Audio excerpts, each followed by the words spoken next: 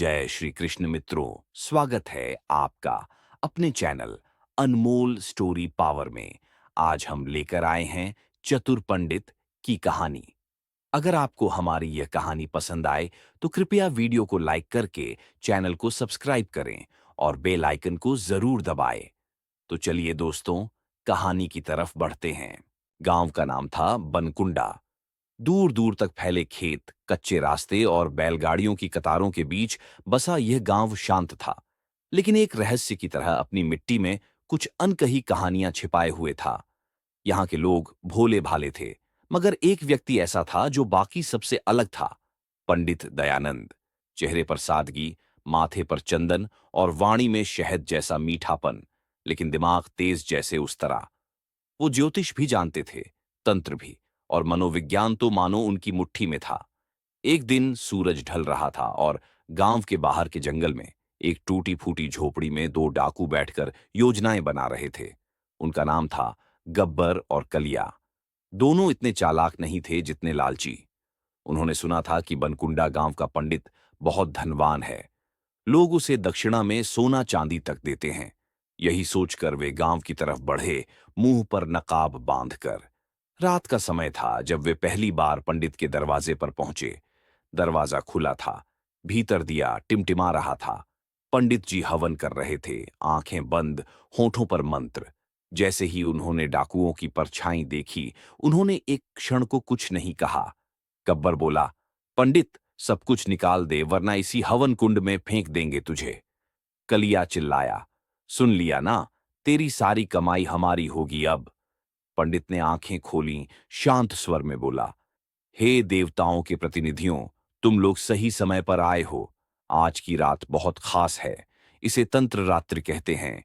जो इस रात कुछ विशेष क्रियाएं करता है, उसका जीवन भर भाग्य बदल जाता है।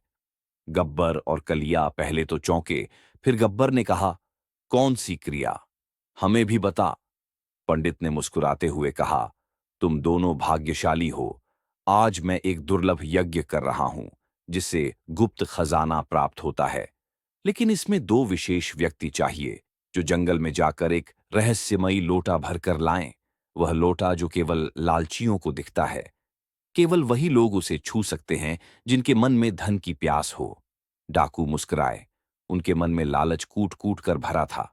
हमें बताओ पंडित, कहाँ मिलेगा वो लोटा? पंडित ने एक लंबी सांस ली, जैसे कोई रहस्य खोल रहा हो।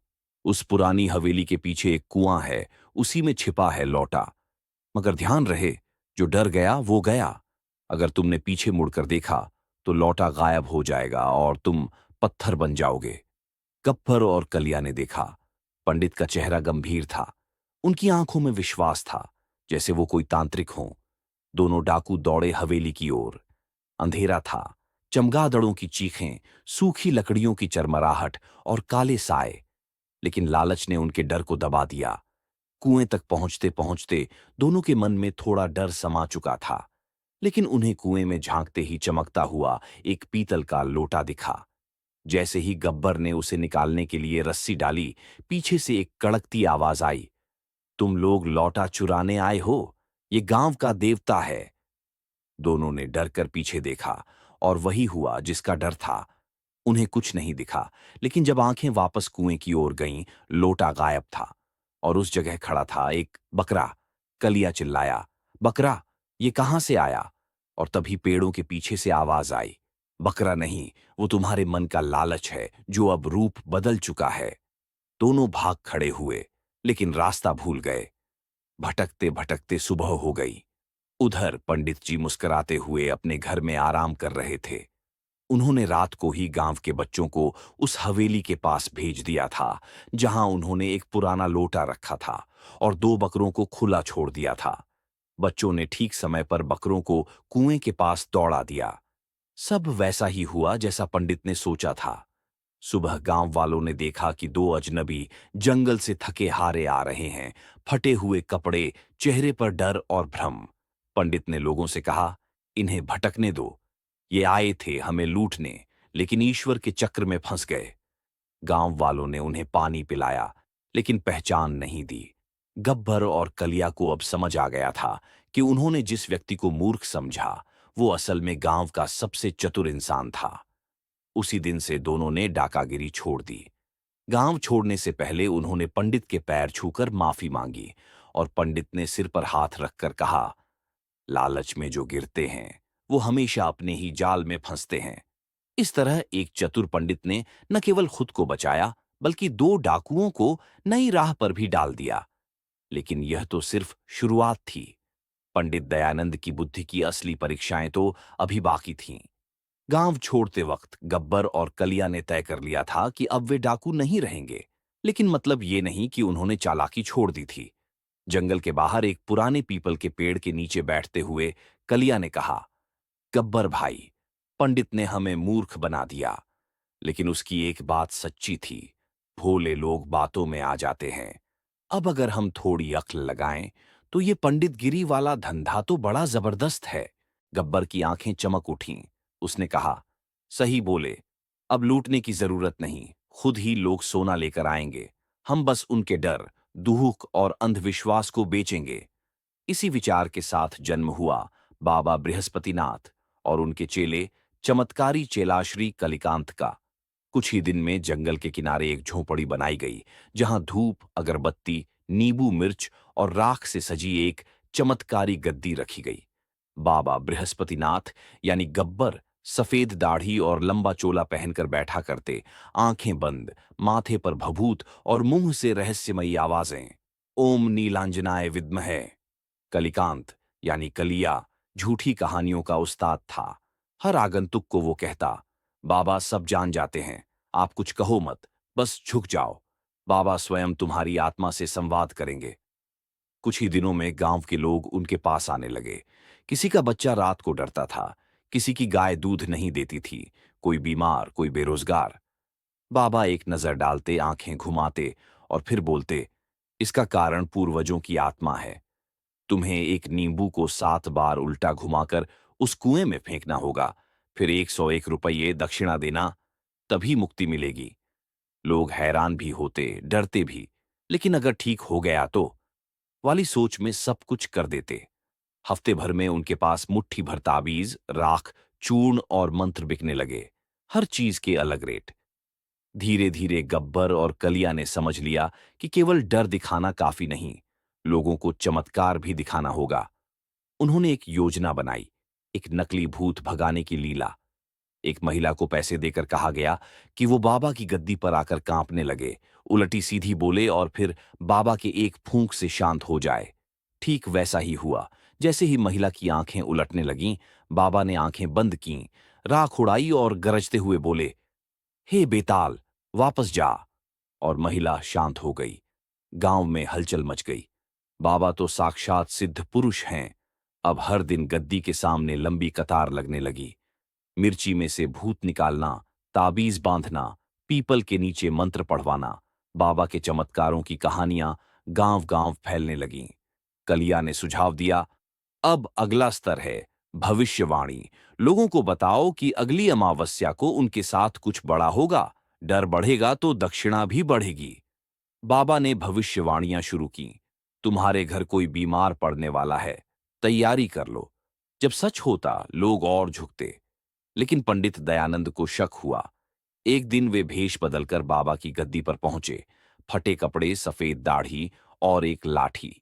कलिया ने उन्हें भीतर बुलाया।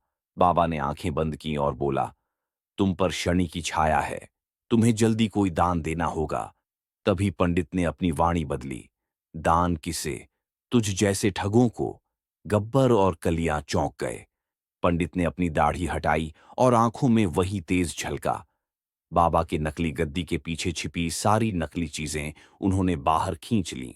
नकली खून की शीशी, मिर्ची के पाउच, नकली ताबीज और वही महिला जो भूत बनती थी। पंडित ने सारी बात गांव वालों को बताई। गुस्से में गांव वाले पहुंचे, लेकिन पंडित ने उन्हें रोका। ये दो लोग ठग हैं, लेकिन इन्हें पीटने से क्या मिलेगा? इनके जैसे 10 और आएंगे। हमें सीखना होगा कि डर और अंधविश्वास के नाम पर आंखें बंद मत करो। गांव वालों ने बाबा की गद्दी जला दी। लेकिन गब्बर और कलिया इस बार भागे नहीं। उन्होंने हाथ जोड़कर कहा, हमने ठगी की, लेकिन अब हम सच में सीखना चाहते हैं। पंडित जी, हमें अपना चेला बना लो। कुछ अच्छा सिखा दो। पंडित मुस्कुराए, बोले, तब तो शुरुआत करनी होगी गोबर उठाने से और फिर गीता पढ़ने से। इस पर कलिया बोला, गोबर से लेकर गीता तक, अब यही जीवन है। गांव की गलियों में एक नई बात फैलने लगी। जो कभी डाकू थे, अब वही आश्रम में झाड़ू लगाते हैं। और पंडित की परछाई के नीचे दो ठग धीरे धीरे चतुराई से भलाई की ओर चलना सीख रहे थे। लेकिन ये तो बस एक और पन्ना था पंडित दयानंद की कहानी का। आगे चलकर उनकी बुद्धि को एक ऐसी चुनौती मिलने वाली थी जहां खुद धर्म और अधर्म की रेखा धुंधली हो जाएगी। गांव में अब गब्बर और कलिया, पूर्व डाकू वर्तमान शिष्य के रूप में जाने जाने लगे थे। पंडित दयानंद की देखरेख में वे सुबह गौशाला साफ करते, दोपहर को संस्कृत श्लोक रटते और शाम को गांव के बच्चों को जीवन मूल्य सिखाने की कोशिश करते। लेकिन भूतकाल की परछाई हमेशा इंसान के साथ चलती है। एक दिन जब वे मंदिर के आंगन में तुलसी को पानी दे रहे थे, एक साधारण सी लड़की, सादे कपड़े और बड़ी भोली आंखों वाली, धीरे से पास आई। हाथ में एक टोकरी थी जिसमें कुछ फल, मिश्री और हल्दी के लड्डू रखे थे। उसने झुककर पंडित दयानंद को प्रणाम किया, फिर गब्बर और कलिया की ओर देखकर बोली, बाबा जी, मां ने आपको हमारे घर निमंत्रण भेजा है। कल घर में मेरे पिता की पुण्यतिथि है, आपको आकर भोजन कराना है। पंडित दयानंद ने मुस्कुराकर सहमति दे दी, लेकिन लड़की की आंखों में कुछ अलग सा भाव था, जैसे वो किसी खोई हुई चीज की तलाश में हो। अगले दिन दोपहर पंडित दयानंद, गब्बर और कलिया उस लड़की के घर पहुंचे। वह घर गांव के अंतिम सिरे पर था। एक पुराना लेकिन साफ सुथरा मकान, दीवारों पर हल्दी की परछाइयां और एक बड़ा पीपल का पेड़ सामने। लड़की ने उन्हें आदर से भीतर बिठाया। मां बीमार हैं, मैं ही सब संभालती हूं। पिताजी सेना में थे, 5 साल पहले सीमा पर शहीद हुए। उसकी आवाज में गर्व भी था और तन्हाई भी। भोजन के बाद जब सब लोग थोड़ा विश्राम कर रहे थे, लड़की एक पुरानी संदूक से कुछ तस्वीरें निकाल कर आई। ये हमारे परिवार की कुछ यादें हैं। पिताजी की तस्वीर आपको दिखाना चाहती थी। बहुत अच्छे इंसान थे। गब्बर और कलिया जैसे ही तस्वीरों के पास बैठे, एक तस्वीर पर उनकी नजर अटक गई। तस्वीर धुंधली थी, लेकिन साफ दिख रहा था। दो लोग, एक पगड़ी में और एक मफलर पहने हुए, एक पहाड़ी इलाके में एक ट्रक के सामने खड़े हैं और पीछे खून से सना एक झंडा। गब्बर और कलिया के चेहरे पर जैसे किसी ने पानी डाल दिया हो। उनकी सांसें रुक गईं। ये वही तस्वीर थी जो उनके पुराने डकैत जीवन के एक काले दिन से जुड़ी थी, जब एक सैन्य ट्रक को लूटने के बाद गलती से एक फौजी जवान शहीद हो गया था। और यही जवान वही था जिसकी पुण्यतिथि आज मनाई जा रही थी। लड़की बोलती रही, ये दो आदमी आज तक नहीं मिले। बस यही तस्वीर थी जो एक गांव वाले ने भेजी थी। मां अक्सर इन्हें देखती हैं और कहती हैं, इनकी आंखों में धोखा था। पंडित दयानंद ने सब समझ लिया। उसने गब्बर और कलिया की तरफ देखा। दोनों की आंखें नीचे, पसीने से भीगे कपड़े और जुबान जैसे जम गई हों। वो लड़की तस्वीर पकड़कर बोली, बाबा जी, अगर कभी ये लोग मिलें तो मैं सिर्फ इतना पूछना चाहती हूं, क्या उन्हें नींद आती है? गब्बर ने कांपते हाथों से तस्वीर ली। उसका चेहरा पीला पड़ गया। कलिया ने सिर झुका लिया। पंडित ने गंभीर स्वर में कहा, बेटी, अगर पाप किया है तो उसकी सजा समय खुद देता है। लेकिन यदि प्रायश्चित सच्चा हो तो क्षमा भी उसी समय के पास होती है। लड़की कुछ देर चुप रही, फिर बोली, बाबा जी, खाना पसंद आया? गब्बर ने सिर हिलाया। बहुत। तो कृपा करके फिर आइएगा, लेकिन एक दिन सच बताने। वो मुस्कुराई, लेकिन मुस्कान में कोई मिठास नहीं थी, सिर्फ इंतजार। रास्ते में लौटते वक्त पंडित चुप थे, गब्बर और कलिया भी। हवा भारी थी। कलिया ने धीरे से कहा, गब्बर भाई, लगता है हमारे कर्म हमें खोज ही लेते हैं। अब क्या करें? गब्बर ने तस्वीर को देखा, फिर आकाश की ओर देखा। अब या तो भाग लें या उसी लड़की के घर रोज लौटकर अपनी आत्मा को धोएं। पंडित ने पीछे मुड़कर कहा, भागने की आदत छोड़ो। अब कर्म से भागोगे तो सत्य पीछा नहीं छोड़ेगा। गांव की गलियों में अब नई फुसफुसाहट थी। उन दो बाबाओं की आंखें बदल गई हैं, जैसे उनमें कोई जख्म है जो कोई जान नहीं पा रहा। लेकिन पंडित जानता था, उनकी अगली परीक्षा अभी बाकी थी। तस्वीर ने अतीत का दरवाजा खोला था और अब एक चेहरा सामने आने वाला था जो उन्हें उनके पापों का पूरा हिसाब याद दिलाएगा।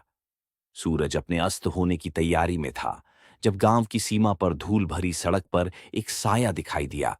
धोती कुर्ता, लकड़ी की छड़ी, पीठ पर एक पुराना झोला और माथे पर उजली चंदन की तिलक। लोग चौंके नहीं, बल्कि धीरे धीरे इकट्ठा होने लगे।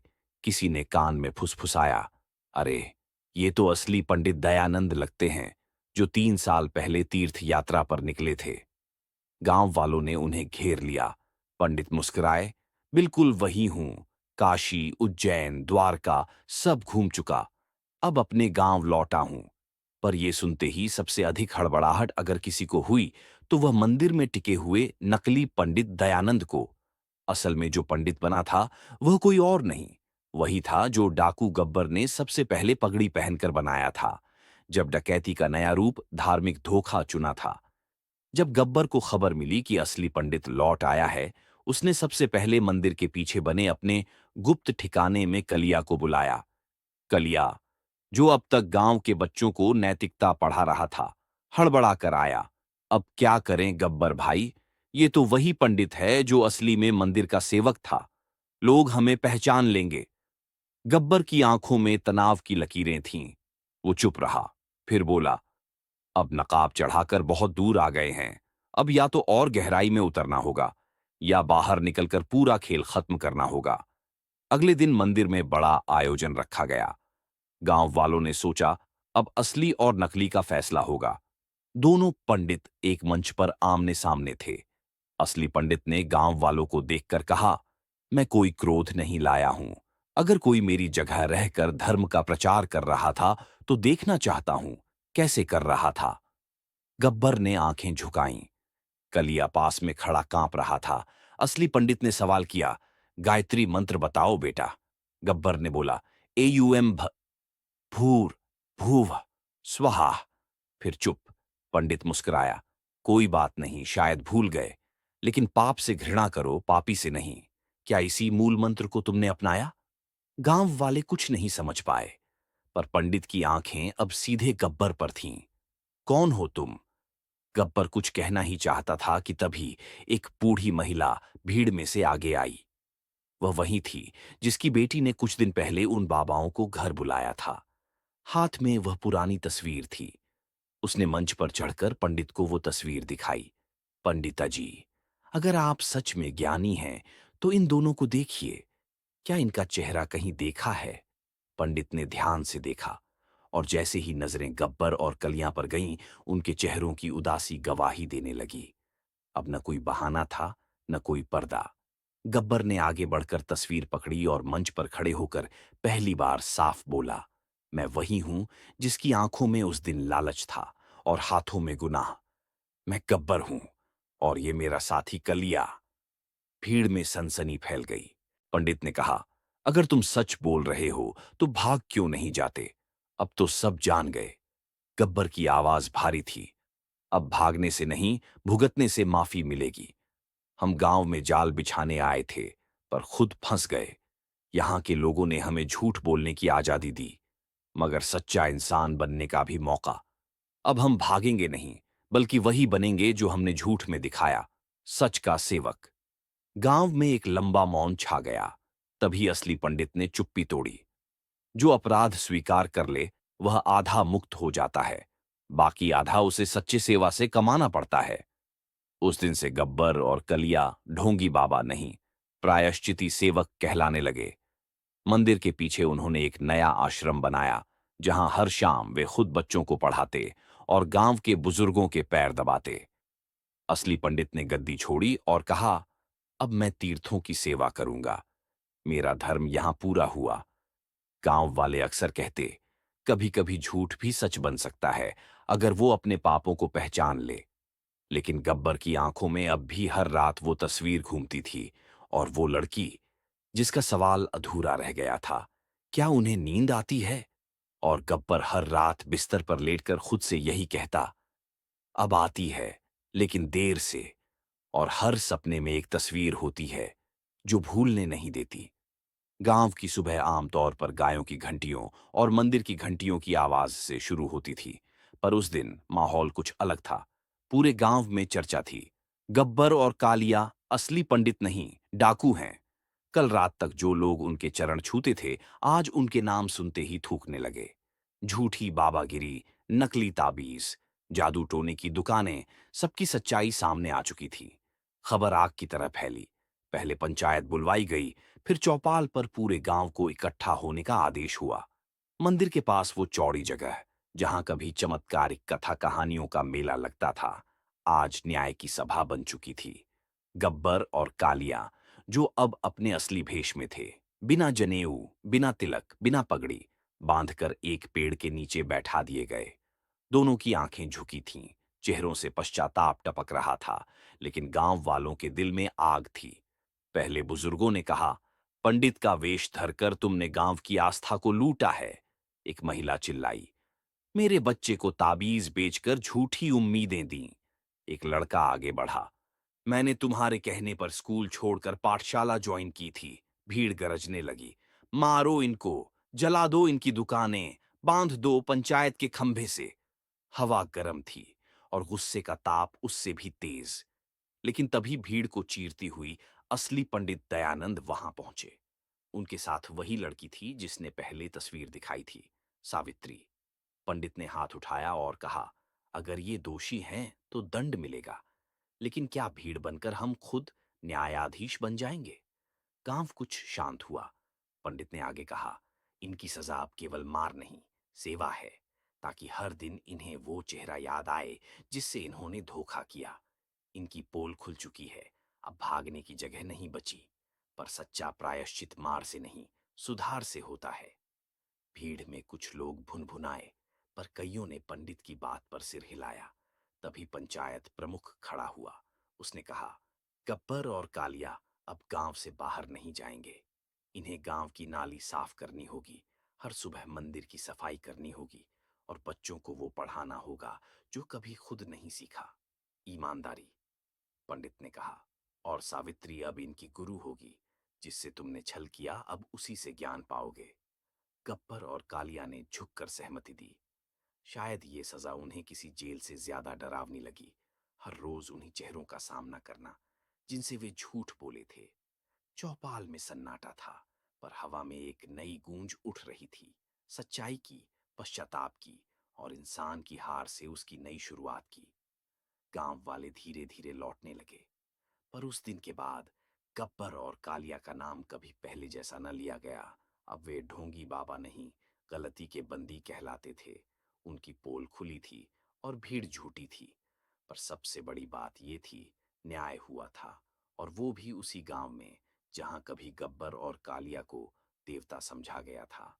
अगर आपको यह कहानी पसंद आई हो तो इसे लाइक और शेयर करें। हमारे चैनल अनमोल स्टोरी पावर को सब्सक्राइब करना ना भूलें, और बेल आइकन को दबाएं, ताकि आपको हमारी सभी नई कहानियों की जानकारी मिल सके। धन्यवाद। फिर मिलेंगे एक नई रोचक कहानी के साथ। जय श्री कृष्णा।